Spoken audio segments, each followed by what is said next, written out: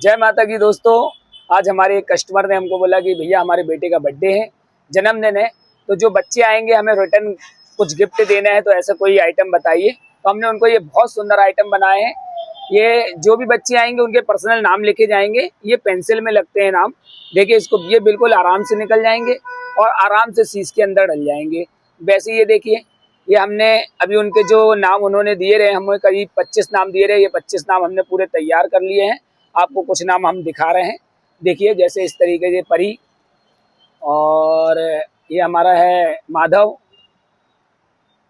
ये है वैष्णवी, और ये आपका आ जाएगा ओम वर्मा। देखिए इसको बिल्कुल आराम से निकलेगा और ये आराम से शीश में लग जाएगा। देखिए, तो ऐसे हमारे पास 3-4 कलर हैं, 3-4 आइटम है। ऐसे कुछ भी गिफ्ट आइटम के लिए हमसे संपर्क कर सकते हैं। जबलपुर हॉस्पिटल के बाजू से, रसल चौक, जबलपुर। नमस्कार।